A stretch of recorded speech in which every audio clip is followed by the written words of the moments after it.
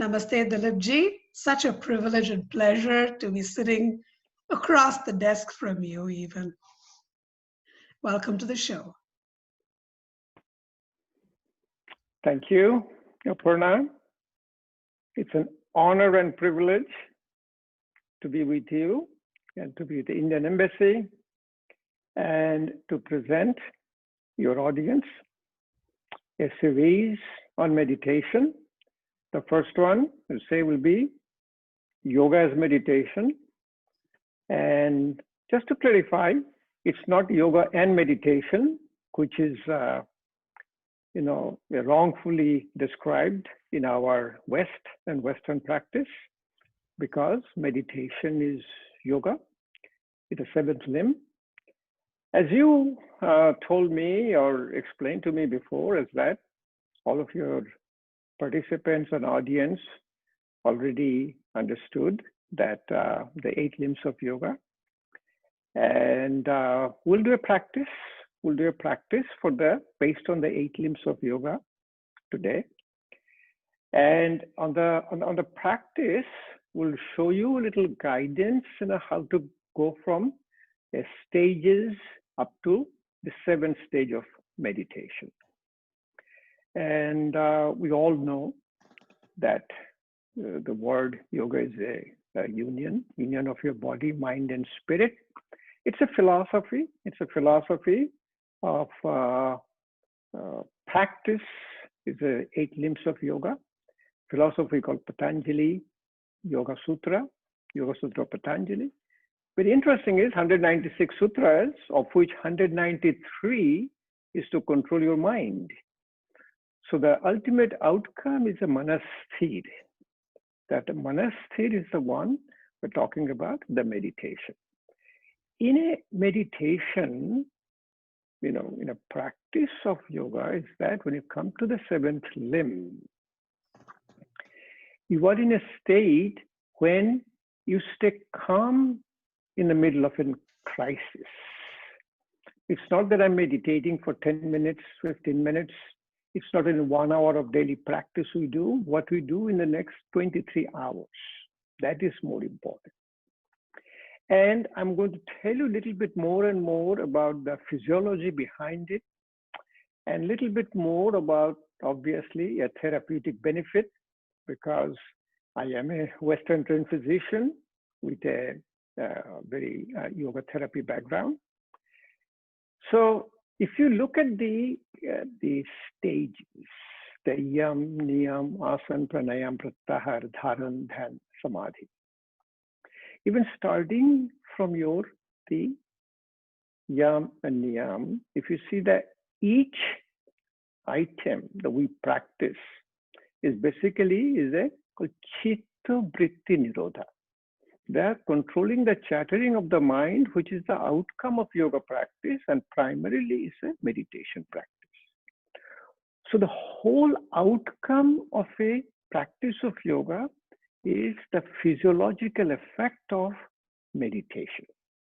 So what is a physiological effect of meditation? Physiological effect of meditation is, in a state of meditation, our limbic system of the brain works. And limbic system of the brain is called the emotional brain.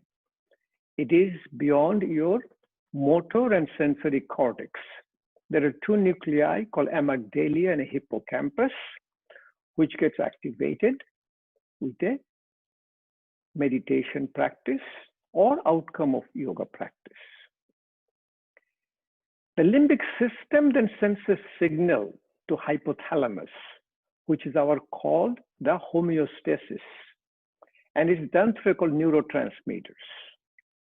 Hypothalamus then sends a signal to our autonomic nervous system, and autonomic nervous system then creates a sense of parasympathetic activation, which is a relaxation response, which you call a calm and digest, called rest and digest, is completely opposite of sympathetic overdrive.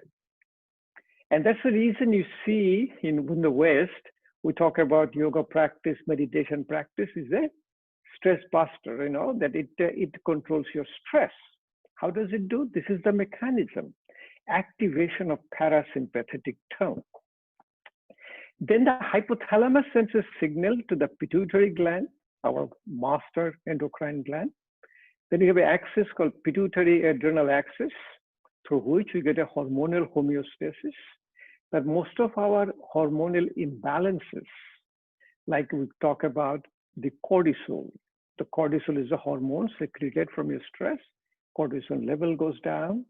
And the good neurotransmitters, we call it the DOLs, dopamine, oxytocin, serotonin, and endorphin, that level goes high up. These are the physiological mechanisms. But the other basic mechanism which we see is called a voluntary control over involuntary function. What does it mean? What it means is that suppose you come to say a fourth limb called a pranayama. Okay? In pranayama, the breathing is autonomous. It's controlled by an autonomic nervous system. I'm sleeping, I'm breathing. But that is controlled by the lower part of the brain called a brain stem. And that is your unconscious. I have no control on that. But the breathing is also conscious. I can practice a Bhastrika pranayama. I can practice a Ulom Vilom pranayama. But those practice is called the higher cortex, motor system, sensory system. That is your conscious mind. So you're converting a subconscious into a conscious. That means you are to have a control over the involuntary function. So why this is meditation? Reason is that a normal human being has a control over a voluntary nervous system. I can touch, I can pick it up. They may have some control over involuntary nervous system. Like I'm looking at a food, my stomach starts to have a secretion, but they have no control over autonomic nervous system. My heart is beating, I'm breathing. But with the practice of yoga, primary practice of meditation, you get a control over your autonomic nervous system. Why? That parasympathetic activation, you are continuing a daily practice. And it is so addictive practice because of the secretion of your neurotransmitters. My dopamine level is up, my serotonin level is up, my gamma aminobutyric acid level is up. So those are the creating a sense in my mind to come down and control our autonomic nervous system. So for your audience, this is a term we use in meditation, is that voluntary control over involuntary function. And that is a primary way a subconscious or unconscious become a conscious. Like people always ask me, what is a consciousness? And I said, it's very simple. Human being is conscious about consciousness, but remain unconscious not to understand the consciousness. So people say, I feel meditation. And a meditation is a beautiful path. Meditation is staying calm and you are vibrantly awake inside. It is not asleep. You're still awake, but you are extremely calm from outside. So coming from, say, yam and niyam, if you see that, the 5 yamas, each one has a meditative component. Just being a ahimsa is a meditative component. Even the truthfulness. If you say truth, you don't have to remember the truth. But if I say lie, I have to remember that lie, and that creates my chitta vritti. And that goes against my meditative practice. In the same way, so brahmachari, austeo, aparigraho, these are all primarily meditative practice. Same way as the niyamas. Niyamas, if we look at all the 5 niyamas, you have a santosh, no? You have a socha, tapa, Shraddha, Ishvara Pranidan. So you have taught all of them to them, but these are each one, if you go in details, I'm not going to detail when you teach the 8 limbs, we go each one in details in a step by step, how the tapas does a meditative practice. And finally, when you come to the asana, a primary asana for meditative practice is a preparatory for your physical body, and that is called your sthiram sukham asana. A stillness of your body, and how the stillness comes. I'm going to go a little bit details in that. Give me just a couple of more minutes so you'll understand. It's not that you sit down in a sukhasana, siddhasana, padmasana, or a vajrasana. I'm sitting here. I'm sitting in my chair, but with my spine straight. And what is happening to me? When I'm sitting in a posture called asana, all my muscles are contracting. And it is taking me a posture which is called arambho. There is stages of the asanas called arambho. Arambho is the beginning. But if you stay contracted for some time, the muscle cannot stay contracted too long. It starts to relax.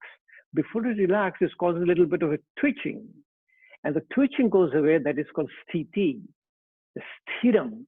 Sthiram comes during asana practice. And we'll see all the time, when you start doing a little bit more of a, say vakrasana, you'll see your muscle starts to twitch. That comes down. And finally, it's called your visarjan. Visarjan is a profound relaxation. It's a relaxation response in a physical body which prepares you towards your meditation practice. Then once you have a relaxation, you will notice that you slowly enter into a pranayama. And then we'll describe the little pranayama in our next session. But essentially, pranayama. Prana is in the subtle energy. It keeps us awake, alert, alive. And our breath is the carrier of the prana. Breath is not the prana. You can say electricity. Prana is like electricity. And breath is like an electric cable. It's carrying the prana. And we'll do the practice today. We'll do a little bit of, you'll see, called a pranic healing, what the meditation does. So in a pranayama practice, when you have a relaxation of these muscles of respiration, you can see your lung. Lung has about your 6-liter capacity. The 4.5 liter is your vital capacity, but we only breathe 0.5 liter. We'll explain a little bit more on the next session. But what we teach them to do, breathe out first. In all yogic tradition, we do the exhalation first. Because it's a balloon. If you take an inhalation, all the air is sitting in the top, they're not doing anything. That is called your dead space. So breathe out first. You take a deep breath in effortlessly. There should be no effort. And breathe out longer than breathing in. Physiologically, the exhalation is parasympathetic and inhalation is sympathetic.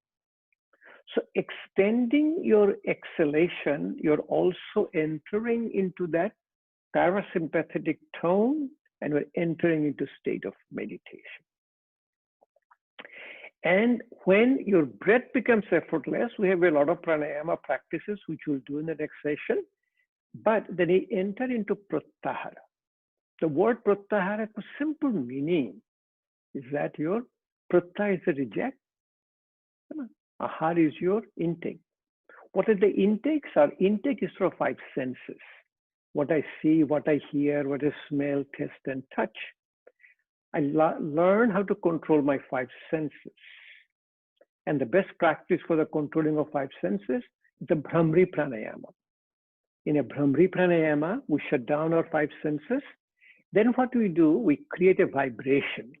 Create a vibration like a bumblebee. Our brain has a vibration. The 2 vibration cancels. Again, it's a physiological practice. It's called harmonic resonance.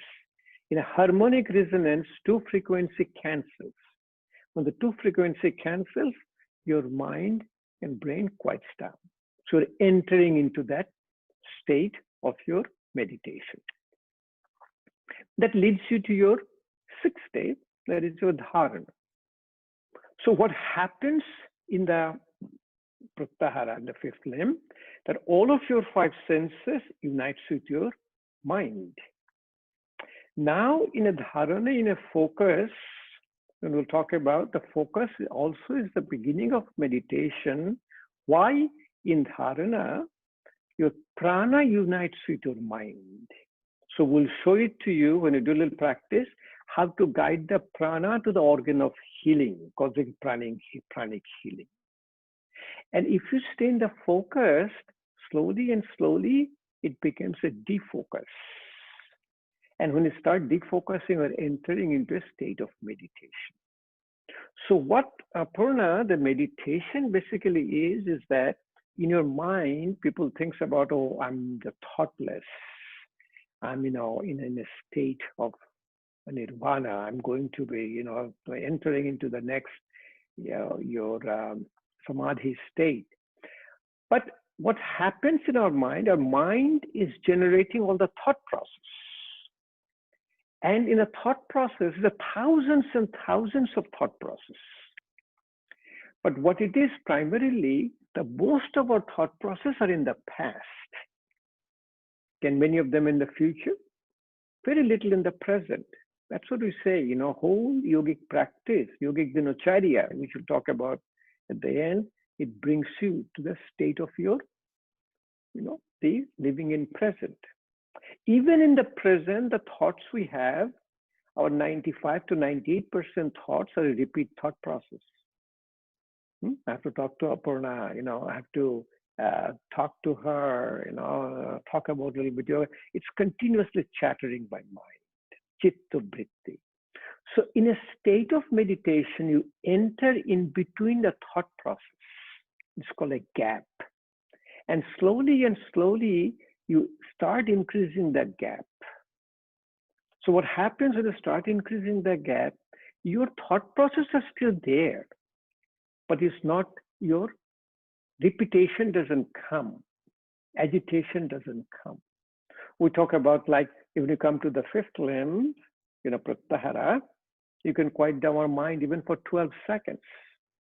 And interestingly, 12 seconds quieting down at the initially is a lot of time. 12 seconds looks like you're 12 years, In the dharana, I said it's very simple. 12 seconds times 12 times will be your 2 minutes and 24 seconds.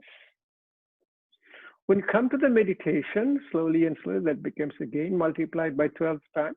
I said 2 minutes, 24 seconds multiplied by 12. It'll come about almost like 28 minutes, some 48 seconds. So this is not that a long practice you need to do. A daily practice, what we suggest, that 25 minutes of asanas, 25 minutes pranayama, 10 minutes of meditation, 1 hour of practice daily morning. And that sadhana is basically takes you to the state of meditation. So all the outcome of yoga practice is at the level of meditation. And in that meditation, you get all the health benefits, which we'll talk about a little bit more and more on this series. And finally, entering into the samadhi, we have a lot of different samadhis you can talk about, but people like me, I don't know, I have to admit, I'll probably never get into the state of samadhi in my lifetime. But as you know, death in our lifetime is called mahasamadhi. Death is a mahasamadhi. So I'm very calm, quiet. I'm in the state of meditative practice. Staying calm in the middle of crisis. It is not able to sit down, quiet down, close your eyes, and paying attention to your breath. It's 104 degrees outside. Your car broke down. Your kid is screaming. But in a meditative state, everything will be fine. pick up the phone, call AAA, they come to, I mean, that is a meditative state, especially now in this coronavirus crisis. The biggest impact we have the coronavirus is that our panic, fear, and anxiety. Any question from you, Aparna, what I said? No, I think you answered a lot of the questions that we had spoken about beautifully. Just to kind of reiterate what I get if I place myself as an audience is yoga is meditation, because oftentimes you hear this pithy statement. But what you explained that was distinctive is that meditative component is there throughout every limb of the Ashtanga. In the yamas, whether it's satya, ahimsa, focusing on a concept, it is meditating on a concept. That's a dharmic concept. When you come into asanas and you come into pranayama, it is when you are in a various postures, it is meditating not just on it in terms of concentration, but the physiology of it is meditative. So it is almost like you are meditating on it, and that creates a meditative experience for you. It's almost like a cyclical pattern. And so I understand very clearly how you've walked through the various limbs coming up to Dharana Dhyana. You touched a little bit on this in terms of the object of concentration, whether it is a concept, whether it is an image, the various kinds of dhyana, samapati, samadhi. I wondered if you could delve a little bit more on the concept of yoga as union and how the union is different in these various angams, and whether it's asana, pranayama, dharana, dhyana, how does that progress? How does a practitioner progress with the meditative aspect in yoga? Yeah. So when you do the practice, you'll see that the focus on your meditation, obviously, is that our mind needs a focus. So, you know, in a union, as I said, yoga is union, even starting from the asana, when you see I'm going from arambha, beginning, sthiti, stability, to visarjan. We come to the visarjan and my mind changes. Say, for example, today I cannot touch my toe, but with the practice, what I develop is called neuroplasticity, like a habit. I'm able to, after a few practice, I'm able to touch my toe. The moment I touch my toe, my mind changes. You know what? Let me see, let me look inside, let me see even what I'm eating, let me see what is my sleep. Let me look at myself, my soul. Introspection comes in when you have even a physical transformation. The focus, the union which will come up. Same with the pranayama will come up. And let's do one. I will bring the focus on the mantra. Mantra is a mantra. Man is the mind. Tra is the quiet and controlled. So it's not the wordings. The wordings has a meaning, you know, Om Bhurbhuva Swaha. You know, there is a meaning there, but the way you pronounce Asatoma, Sadgamayo, or Om itself, that the frequency cancels the frequency of your brain or my body. It quiets down. That is an object of your focus. Since the five senses keeps us awake, alert. So my vision is the eye is a direct communication of our brain. Because if you look at the eye, optic nerve goes straight to the brain. Eye represents your mind. You can see. So able to focus with your eyes, closing your eyes, or even doing it like a Jyoti Tratak, looking at a flame. That's a meditative practice. Closing your eyes, focusing on, say, sitting in front of a, say, ocean and looking at a blue sky. Visual imagery. So let's go ahead, since we have a little short of time, the little practice, because I have a statement which I want all of your audience to take home, is that yoga and meditation is 99% practice and 1% theory. Karo yog, raho nirog. Let's do a little bit of a practice. The practicing about the whole the Ashtanga 8 limbs of the yoga and starts obviously from the darshan, the philosophy, Yoga Sutra of Patanjali, and then it comes your yam, niyam in asana. In asana, what you do, if you sit down in a chair, you always sit down with the spine straight. So this is the way you will sit down. You will sit down. Why? Because my skeleton is always going to fall in the front. So what is doing, all the muscles in my back is contracting to keeping me straight, upright. So there is a tremendous amount of tightness and tension in my back muscles. When I feel it, it feels like two bricks sitting here. So when I sit down this way, and always, it almost like a 90-degree sitting down. And that's the way I sit down on my desk in front of my computer. That's the way I'm going to eat when I'm sitting on my chair and table. That's the way I'm going to drive my car. 24/7 practice. Merudanda Achal. Then the Hasta Mudra is very important. Okay, how much time do you have? 5 minutes or 10 minutes? We're good. We have about 7 to 8 minutes. 7 to 8 minutes. Okay. So hand connects with your mind because you always talk with the hand.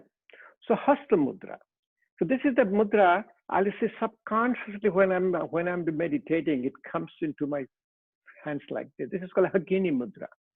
It causes the focus in your mind. And this is called a Shankha Mudra. You wrap your right hand around the thumb, left hand around, touch your index finger and thumb. Called a Shankha Mudra. It removes the anxiety of your mind. Meditative practice. Dhenu Mudra, touching the alternate finger. Index finger touches middle finger touches index finger, opposite. Ring finger to little finger to ring finger. This is called a Dhenu Mudra. It balances both half of your brain. So Hasta Mudra, but one mudra is called Dhanu Mudra or Gyanu Mudra, touching index finger and thumb. This is our meditative practice. We put it just in front of our knees. Then all of our 5 senses keeps us awake, alert. So close your eyes. When you close your eyes, you basically shut down a powerful 5 senses. Bring your awareness to your breathing. Breath is a connector between our body and mind because breath has a both conscious and subconscious component. So breathe out first. Take a deep breath without any effort.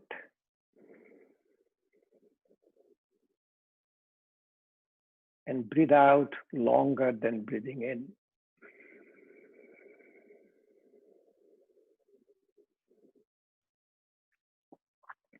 Do one more time. Take a deep breath in.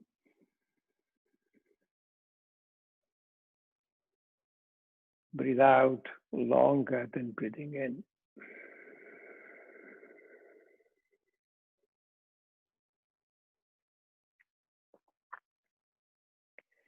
Gently do a very mild Bhramri Pranayam.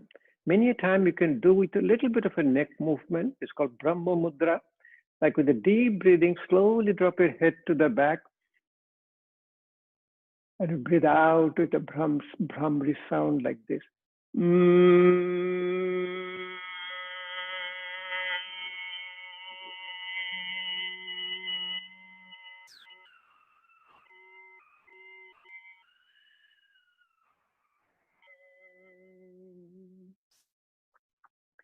On a regular practice, we do this Brahma Mudra. There are 4 postures with this Bhramri Pranayama.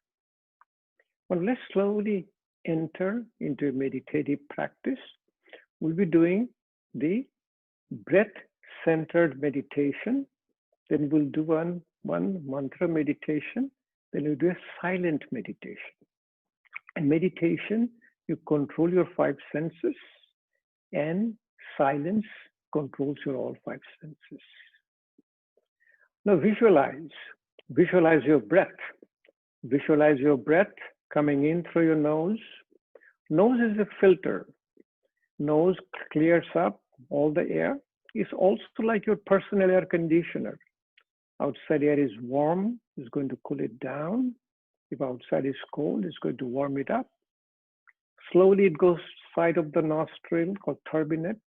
Then when it goes over the mucosa of your sinuses, it secretes a substance called nitric oxide. Nitric oxide is a powerful vasodilator, activator of parasympathetic tone. Visualize his breath coming behind your throat, upper part of the lung, middle part of the lung, lower part of the lung, almost to the level of your belly button. Hold your breath in a suspension. It's a cable kumbhaka.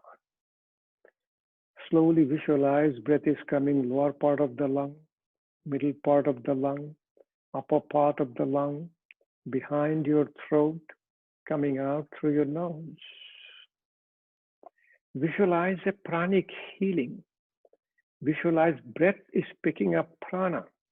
In yogic tradition, prana resides 9 fingers out of your nostril.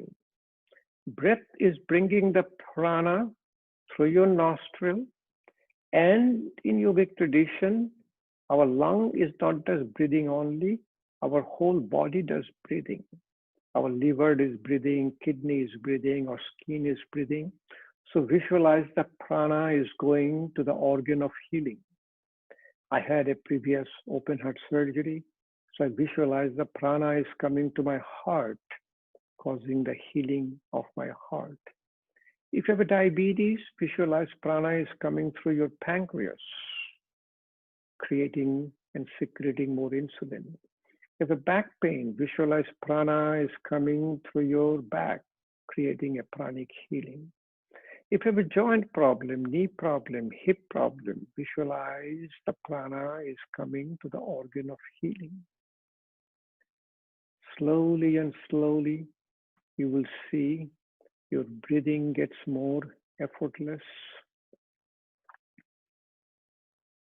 You have a better and better exhalation.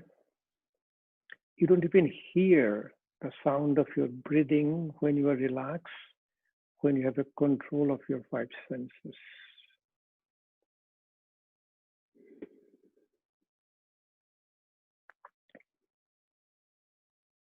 Generally, in a mantra meditation, we do a lot of mantras we can do, but one powerful mantra is called a chakra awakening meditation. We do that mantras, we'll do it later in our practice, another session, like a lam, vam, ram, yam, hum, sham, om. Today, let's finish with a om mantra, and then we'll go into silence.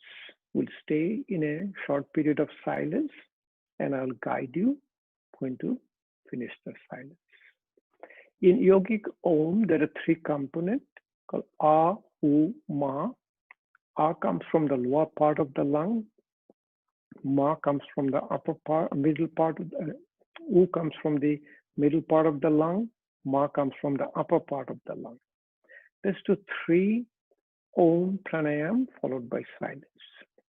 So breathe out first.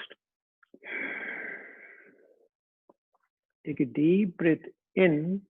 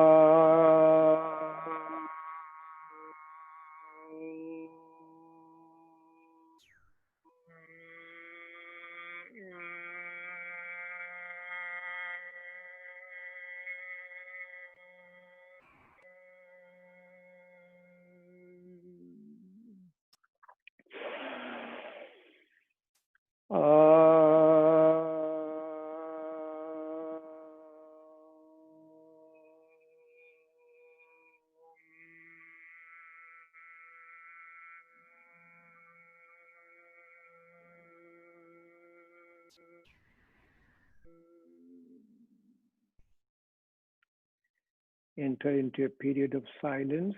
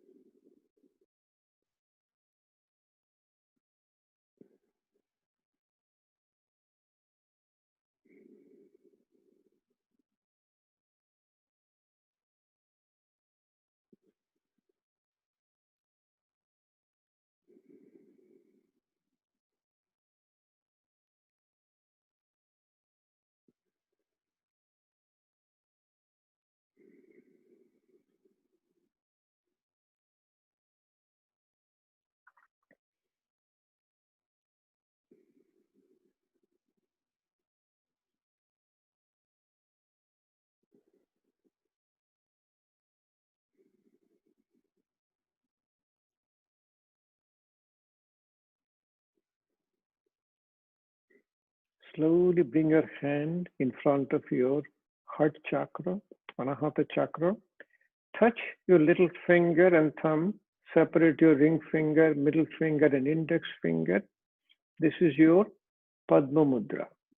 Padma Mudra connects your body, mind, and spirit. Your soul is in a heart. Bring the Padma Mudra close to your heart. Meditation gives us all the healing. It causes Rogir Chikitsha, treatment of disease, Rastha Rokha, maintenance of health. It's a wonderful practice. It's a daily practice.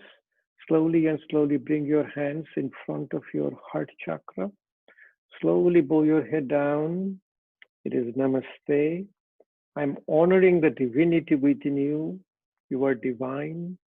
And you can finish with another very powerful yogic relaxation. It's called pumping and cupping to relax your face and upper part of your body. Keep rubbing your hands, keep rubbing your hands, keep rubbing your hands. When you feel the warmth in your hand, if you're wearing glasses, you remove your glasses. Slowly take both the hands, put it over your eyes. Let the eyes take all the heat from your hand. Then massage your forehead, massage your eyes, massage earlobe, your back of the ear, tragus. This is called activation of the vagus nerve. And slowly massage your neck, called carotid sinuses. It massages carotid sinus in the front and back. And slowly open up your eyes. It's a wonderful relaxation practice. Today, we have all the gadgets. I have my Apple Watch. When I do that, I can see my heart rate is down, my blood pressure is down. When even I'm doing this, my Gyana Mudra, Dhyana Mudra, I can feel the capillary pulsation. I can feel the sensation going down. I can hear all the sounds in the silence in the meditative state. It's a wonderful, wonderful practice. Thank you for giving me the privilege to share my practice with all of your audience.